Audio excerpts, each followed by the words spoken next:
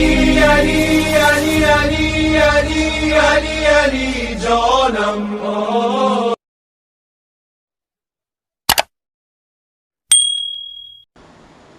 صحابہ سے عموماً ہمارے شیعہ زیادہ آشنا نہیں ہے، چونکہ ان کے بارے میں گفتگو نہیں کی جاتی. بھلے کہیں کوئی اعتراض کرنا ہو، کہیں کوئی تعریض کرنی ہو اہل بیت کے حوالے سے تو وہاں کرتے ہیں، لیکن جو صحابہ رسول اللہ کے خوب کثیر صحابہ ہیں اور قرآن کریم نے ان کے فضائل ذکر کیے ہیں، ان کا مقام ذکر کیا ہے، ان کے لیے بہت اعلیٰ درجات ذکر کیے ہیں.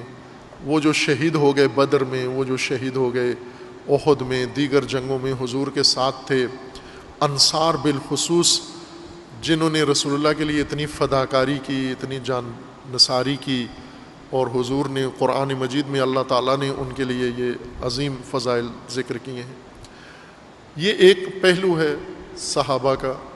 اور ایک جیسے نہیں تھے صحابہ، یہ بات ذہن میں رکھیں. یہ تاثر تو دیا جاتا ہے صحابہ سب ایک جیسے تھے، نہیں تھے ایک جیسے. قرآن نے بھی انہیں ایک جیسا ذکر نہیں کیا، حضور کی نظروں میں بھی ایک جیسے نہیں تھے، تاریخ میں بھی ایک جیسے نہیں تھے.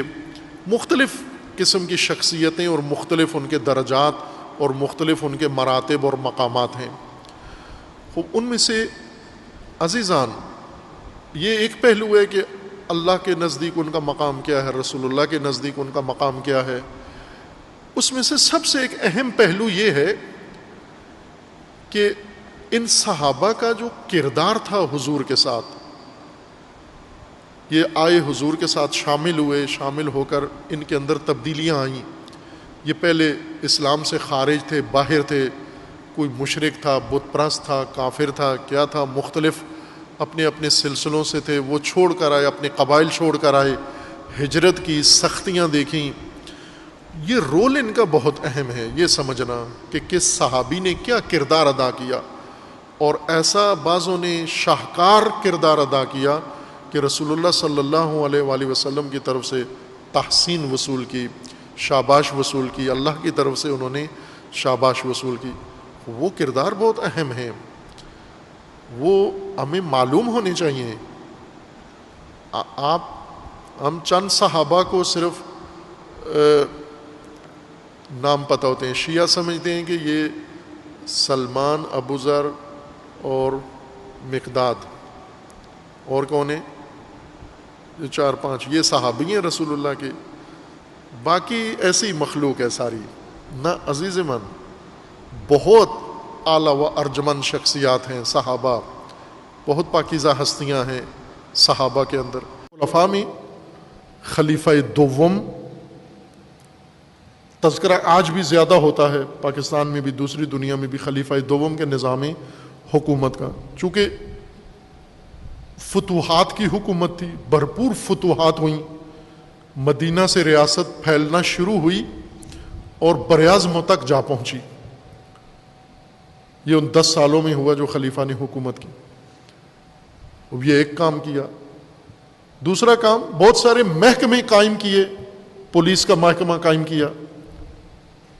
یہ پولیس جس سے آپ کو سروکار ہے ابھی، یہ خلیفہ دوم کا پیدا کیا ہوا، ایجاد کیا ہوا ادارہ ہے. باقاعدہ پولیس انہوں نے قائم کی، اور اسی طرح بیت المال قائم کیا اور اس کا حساب کتاب رکھا. اور آپ کے یہ بھی سنا ہوا ہے آپ نے، چونکہ پڑھتے نہیں ہیں آپ، پڑھیں، جس سے اختلاف ہے اسے ضرور پڑھیں، جس سے اتفاق ہے اس کو بھی پڑھیں. اندھی تقلید نہ کریں، نہ اندھی مخالفت کریں. اندھا پن دونوں میں نقصان دہ ہے. اندھی مخالفت بھی نہ کریں، آگاہانہ مخالفت کریں، کرنی ہے تو. اور اگر تقلید کرنی ہے، پیروی کرنی ہے، تو بھی آگاہانہ طور پر کریں. پتہ ہو کہ کیوں کر رہے ہیں تقلید، کیوں پیروی کر رہے ہیں، کیوں اطاعت کر رہے ہیں، ان کو کیوں مانتے ہیں. جن سے اختلاف ہے ان کو ضرور پڑھیں. ایک چیز جو خلیفہ کے زمانے میں معروف تھی، ان کا مزاج تھا تند مزاج، کرخت مزاج، شدید مزاج. خلیفہ دوم کو کسی نے میں نے نہیں پڑھا نہ دیکھا ہے کسی نے لکھا ہو کہ مسکرائے بھی ہیں زندگی میں، کبھی ہنسے ہوں. ہمیشہ چہرے پہ آثار ایسے کرختگی کے. ابن عباس جیسی شخصیت، ابن عباس بہت جید صحابی ہیں رسول اللہ کے، اور کافی روایات کے مروی ہیں، راوی ہیں، اور شیعہ سنی دونوں احترام کرتے ہیں. یہ ان صحابہ میں سے ہیں عبداللہ ابن عباس. وہ یہ کہتے ہیں کہ خلیفہ دوم کی حکومت میں نے ایک بات پوچھنی تھی خلیفہ سے، 1 سال تک جرت نہیں ہوئی میں خلیفہ کے سامنے ہو کر ایک بات پوچھ سکوں ان سے. سال پورا ڈرتا رہا، چونکہ جب بھی دیکھا خلیفہ کو غصے میں، جب بھی دیکھا ان کے مزاج تند شدت میں، اور ان کے ہاتھ میں ہمیشہ تازیانہ ہوتا تھا. درہ ضرب المثل ہے عربی میں کہ حجاج ابن یوسف کی تلوار سے زیادہ شدت خلیفہ کے درے میں ہے، تازیانے میں تھی. یعنی اتنا حجاج کی تلوار سے لوگ نہیں ڈرتے تھے جتنا خلیفہ کے تازیانے سے ڈرتے تھے. بعد از رسول سلسلہ امامت کے قائل ہیں، اور ہم رسول اور علی کے درمیان کسی کو برداشت نہیں کرتے. یہی ہمارا عقیدہ دل میں ہے، اور یہی ہمارا عقیدہ زبان پہ ہے، اور یہی ہمارا عقیدہ ہماری اذان میں ہوتا ہے، خلیفاتہ بلا فاصل. ہم بغیر فاصلے کے علی کو نبی کا خلیفہ سمجھتے ہیں. کہ بعد از رسول امت مسلمہ میں ایک نظریہ خلافت کا قائل ہے، ایک نظریہ امامت کا قائل ہے. ٹھیک ہو گیا؟ ایک نظریہ کہتا ہے کہ بعد از رسول سلسلہ امامت شروع ہوا، جناب امیر المومنین سے لے کے جناب مہدی تک یہ سلسلہ امامت ہے. یہ نبی کے وارث بھی ہیں، دین بھی انہی سے لینا چاہیے. آپ میری تائید فرمائیں گے میں جو کہہ رہا ہوں وہ آپ نے پہلے سنا ہوا، اور یقیناً ایسا ہی ہے. ایک نظریہ یہ ہے کہ وہ جو کہتے ہیں، وہ کہتے ہیں نبی کے بعد سلسلہ خلافت چلا، بادشاہت کا سسٹم چلا. نبی کے بعد ایک صحابی نبی کے وارث بنے، ان کے بعد دوسرے صحابی بنے، پھر تیسرے صحابی بنے، پھر علی بنے، پھر اس کے بعد یہ سلسلہ چلتا گیا. وہ کہتے ہیں کہ نبی کے بعد ہم سلسلہ خلافت کے قائل ہیں. جھگڑا نہیں، لڑائی نہیں، بحث نہیں، دونوں عقیدوں کو دیکھ لیتے ہیں کہ دونوں عقیدوں کی بنیاد کیا ہے. آپ میرے سامنے شیعہ سنی بن کے نہ بیٹھیے گا، آپ میرے سامنے جج بن کے بیٹھ جائیے گا، میں دونوں عقیدوں کی وکالت کر لیتا ہوں، آپ فیصلہ کر لیجئے گا. پہلا عقیدہ یہ ہے کہ ہم نے خلافت والوں سے پوچھا کہ آپ ہمیں بتائیں کہ آپ نے نبی کے بعد ایک صحابی کو خلیفہ مانا، آپ کے پاس دلیل کیا ہے؟ میں دلیل سے ماننا ہے نا، آپ ہمیں دلیل دے دیں. انہوں نے کہا دلیل ہمارے پاس یہ ہے کہ نبی جاتے ہوئے کسی کا اعلان نہیں کر کے گئے تھے، نبی کسی کو نومینیٹ، کسی کو نامزد نہیں کر کے گئے تھے. بعد از رسول مسلمان پریشان ہو گئے کہ اتنا بڑا دین ہے بغیر وارث کے کیسے چلے گا. لہٰذا مہاجرین اور انصار مدینہ کے باہر ایک جگہ سقیفہ بنی سعدہ میں اکٹھے ہو گئے. وہاں پہ انہوں نے آپس میں مل کے مشورہ کیا کہ اب نبی کا وارث کسے بنائیں. مہاجرین کہتے تھے کہ نبی کا وارث ہم میں سے ہوگا، کیونکہ ہم نے نبی کے ساتھ ہجرت کی، ہم نے قربانیاں دی ہیں، ہم نے گھر بار چھوڑے.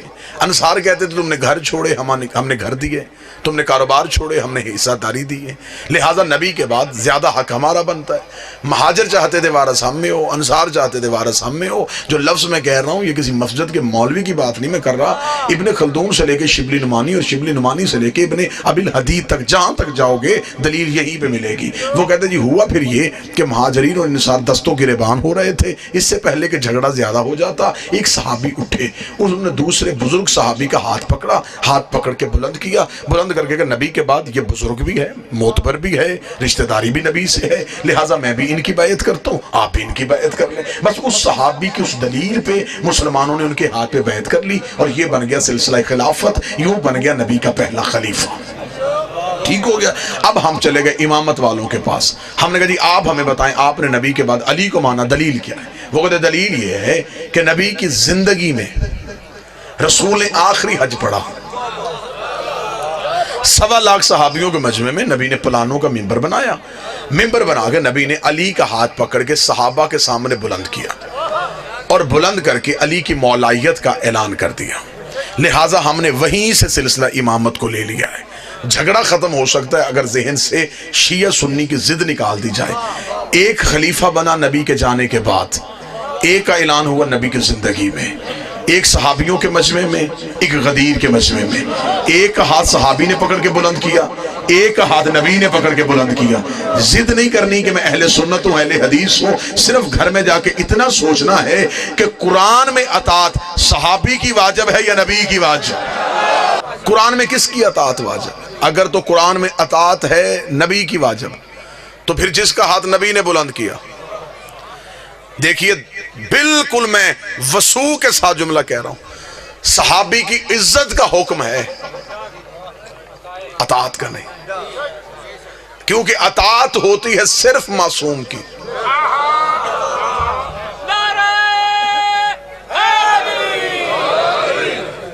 صحابی کی عزت کی جا سکتی، عزت کرنی بھی چاہیے، لیکن اطاعت صرف اور صرف معصوم کی ہوتی۔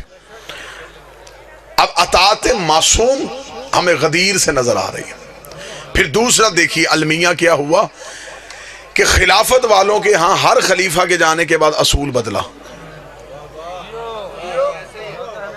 میں بڑا سمجھا کے بات کروں گا۔ مثلا پہلا خلیفہ اجماع سے بنا، ووٹوں سے بنا، جب دوسری خلافت آئی پھر ووٹیں نہیں، پھر پہلے نے دوسرے کو نامزد کر دیا، جب تیسری خلافت آئی پھر دوسرا اصول بھی ٹوٹ گیا، پھر ایک کمیٹی بن گئی، کمیٹی نے مل کے فیصلہ کیا۔ اس کا مطلب کہ ہر خلافت میں اصول بدلا۔ اگر اجماع ٹھیک تھا پھر نامزد کیوں کیا گیا؟ اگر نامزد ٹھیک تھا پھر کمیٹی کیوں بنی؟ امامت والوں کے ہاں اصول نہیں بدلا۔ کسی امام کے جانے کے بعد اس کے 18 بھی بیٹے تھے، تلواریں نہیں نکلی، کیونکہ انہیں پتا تھا کہ امام ہم نے نہیں بنانا، امام اللہ نے بنانا، لہذا اللہ جس کی امامت کا اعلان کرے گا ہم نے صرف اس کو ماننا ہے۔ اب یہاں پہ جہاں پہ آگے ہم شیعہ سنی اکٹھے ہوئے، وہ ایک جگہ پہ اکٹھے ہوئے۔ وہ جگہ بابا جی کون سی تھی؟ سب مسلمانوں نے کہا جی یزید غلط، حسین صحیح۔ کوئی مسلمان کسی بھی مکتب سے ہو اس نے یزید کو صحیح نہیں کہا، اس نے کہا حسین صحیح تھے، یزید غلط تھے۔ مجھے معاف کر دیجئے گا، میں مہمان ہوں آپ کا، سوائے مذہب آل محمد کے کوئی یزید کی خلافت کو غلط کہہ نہیں سکتا، سوائے علی ولی اللہ پڑھنے والوں کے کوئی ثابت ہی نہیں کر سکتا کہ یزید کی خلافت غلط ہے۔ آپ مجھ میں دلیل مانگے، میں ممبر سے دلیل دیتا ہوں۔ مسلمانوں کے ہاں خلافت کے جتنے اصول تھے، یزید کے پاس وہ سارے اصول تھے، یزید کے پاس وہ سارے اصول تھے۔ مسلمانوں کے ہاں خلافت کا پہلا اصول ہے کہ امت اکٹھی ہو کے کسی کے ہاتھ پہ بیعت کر لے، اسے خلیفہ بنا دیا جاتا ہے۔ اس کے پاس یہ اصول بھی تھا، اس نے دنیا کے 3 حصوں سے اپنی بیعت لے لی تھی، اس کا مطلب اس کے پاس اجماع تھا۔ خلافت والوں کے پاس دوسرا اصول ہے کہ پہلا جاتا ہوا نامزد کرتے خلیفہ ہو سکتا ہے، اس کے پاس یہ اصول بھی تھا، اس کا باپ جاتا ہوا اسے نامزد کر کے گیا تھا۔ خلافت والوں کے ہاں تیسرا اصول ہے کہ کمیٹی مل کے فیصلہ کر لے، اسے خلیفہ بنا دیا جاتا ہے۔ اس نے کمیٹی سے بھی اپنے حق میں فیصلہ لے لیا تھا، اس کا مطلب اس کے پاس اجماع تھا، اس کے پاس نامزد کرنا تھا، اس کے پاس کمیٹی تھی۔ پھر آج کیسے مسلمان کہتا ہے یزید غلط ہے، حسین صحیح ہے؟ پھر اس کا مطلب یزید کے پاس تو خلافت کے سارے اصول تھے، پھر یزید کی خلافت کو غلط کیسے کہو گے؟ صرف یزید غلط کہنا نہیں اور حسین صحیح کرنا اسلام نہیں ہے، تمہیں کہنا پڑے گا۔ اگر تم نے حسین کو صحیح کہنا ہے پھر تمہیں کہنا پڑے گا حسین صحیح تھے، اجماع غلط تھا، حسین صحیح تھے، نامزد کرنا غلط تھا، حسین صحیح تھے، کمیٹی غلط تھی، تمہیں ماننا پڑے گا غدیر صحیح تھا، سقیفہ غلط تھا۔ 3 دن تک مسلمان غائب رہے سقیفہ بنی سعدہ میں حکومت کی تشکیل دینے میں، لوگ حکومت کی تشکیل دیتے رہے، اور 30 دن کے بعد مولا امیر المومنین گئے، احتجاج تبرسی میں حوالہ، 30 دن مولا امیر المومنین گئے، مولا نے جا کے سقیفہ میں اپنے نیزے کو گاڑا ہے، نیزے کو گاڑ کے مولا نے فرمایا تم نبی کے جنازے پہ کیوں نہیں آئے؟ انہوں نے کہا یا علی ہم حکومت بنا رہے تھے۔ فرمایا کیا کیا تم نے حکومت کا؟ کہنے لگا اسے وزیر بنا دیا ہے، اسے امیر بنا دیا ہے۔ امیر المومنین کا خطبہ ہے تاریخ کا، امیر المومنین نے کہا اچھا تم نے علی کے فیصلے کو ترجیح نہیں دی؟ انہوں نے کہا یا علی یہاں اجماع امت زیادہ تھا۔ علی نے کہا جتنا بھی زیادہ تھا کیا تم میں کوئی کعبے میں آیا تھا؟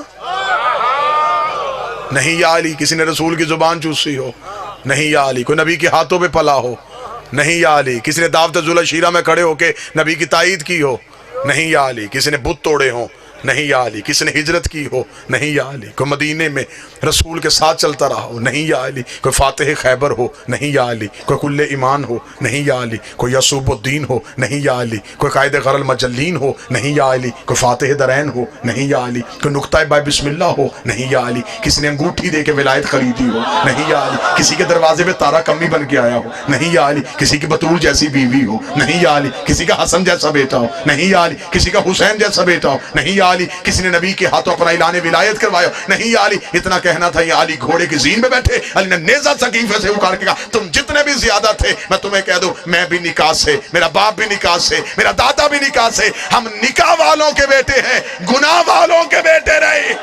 چاہے ہم عزت کرنے کے تیار ہیں، دکھ ہے، تکلیف ہے، پڑھا لکھا دور ہے، مجھے تکلیف ہوتی ہے، بندے کہتے جی شیعہ فلاں کی عزت نہیں کرتے، فلاں کی عزت نہیں کرتے، بھرے مجمع میں چیلنج کر رہا ہوں، ابھی اسی وقت چیلنج کر رہا ہوں، یہ نہیں کہ میں جب کبھی دوبارہ ہوں، نہ ابھی سودا نقد کر لیتے۔ جس کی عزت کروانا چاہتے ہو تم مجمع سے نام لو، میں ممبر سے کردار پڑھتا ہوں۔ بابا جی ٹھیک ہے، اگر کردار عزت کے لائق ہوا تو عزت کرتے ہیں۔ یار ہم شیعہ اتنی محبت کرنے والے لوگ ہیں، جو گھوڑا نبی کے بیٹے سے وفا کر گیا ہم آج تک اس کی شبیہ بنا کے چوم رہے ہیں۔ کیا یہ محبت کی علامت نہیں؟ تو یہ ہو سکتا ہے کہ کوئی بندہ نبی کی اولاد کے کام آیا ہو، ہم اسے نفرت کر کے ہم نے جہنم میں جانا ہے؟ جی آپ صحابہ کی عزت نہیں کرتے، میرے اہل سنت دوست بھائی بیٹھے ہوئے ہیں، کون کہتا ہم صحابہ کی عزت نہیں کرتے؟ حضرت بلال کی عزت نہیں کرتے، ہم حضرت سلمان کی عزت نہیں کرتے، ہم عمار کی بات نہیں کرتے، ہم حذیفہ کا ذکر نہیں کرتے، کیا یہ صحابی نہیں؟ پھر ہم اعتراض کرتے کہ آپ ان صحابیوں کی بات کیوں نہیں کرتے؟ اب مجبوری پتا ہے، کیونکہ ان کی ہر بات میں علی کی بات ہے۔ معیار کیا ہے صحابیت کا؟ معیار کیا ہے؟ نبی کے پاس بیٹھنا صحابیت ہے۔ پھر اگر نبی کے پاس بیٹھنا صحابیت ہے تو پھر تو ابو لہب بھی بیٹھتا تھا۔ میں باتیں تلخ تو نہیں کر رہا، آپ ہمیں بتائیں کہ صحابیت کا معیار کیا؟ مجھے بتائیں، میری سمجھ میں نہیں آتا کہ مدینے سے نکلنے والا بھی صحابی، نکالنے والا بھی صحابی، قتل کرنے والا بھی صحابی، قتل ہونے والا بھی صحابی۔ معیار صحابیت کیا ہے؟ طے کر لیتے ہیں، قانون بنا لیتے ہیں، شیعہ سنی جھگڑے دیہاتوں سے ختم ہوتے ہوتے شہروں تک چلے جائیں گے، یہاں سے یہاں تم بل پاس کرو، پارلیمنٹ ہاؤس تک بل پاس کروا لو، ہم شیعہ سب سے پہلے دستخط کرنے کے لیے تیار ہیں، ہم سے قرآن کے حاشیے پہ دستخط کروا دو، ہم لکھنے کے لیے تیار ہیں۔ جو بھی مسلمان کلمہ نبی کا پڑھے گا، کسی صحابی کو برا کہے گا، وہ کافر، وہ جہنمی، وہ مرتد، اسے پھانسی، اسے سزائے موت۔ جو صحابی کو برا کہے اسے ملعون سمجھا جائے گا، جو صحابی کو برا سمجھے اسے جہنمی کہا جائے گا۔ اگلا قانون بھی تمہیں ماننا پڑے گا، جو برے کو صحابی کہے اسے بھی ملعون کہنا پڑے گا۔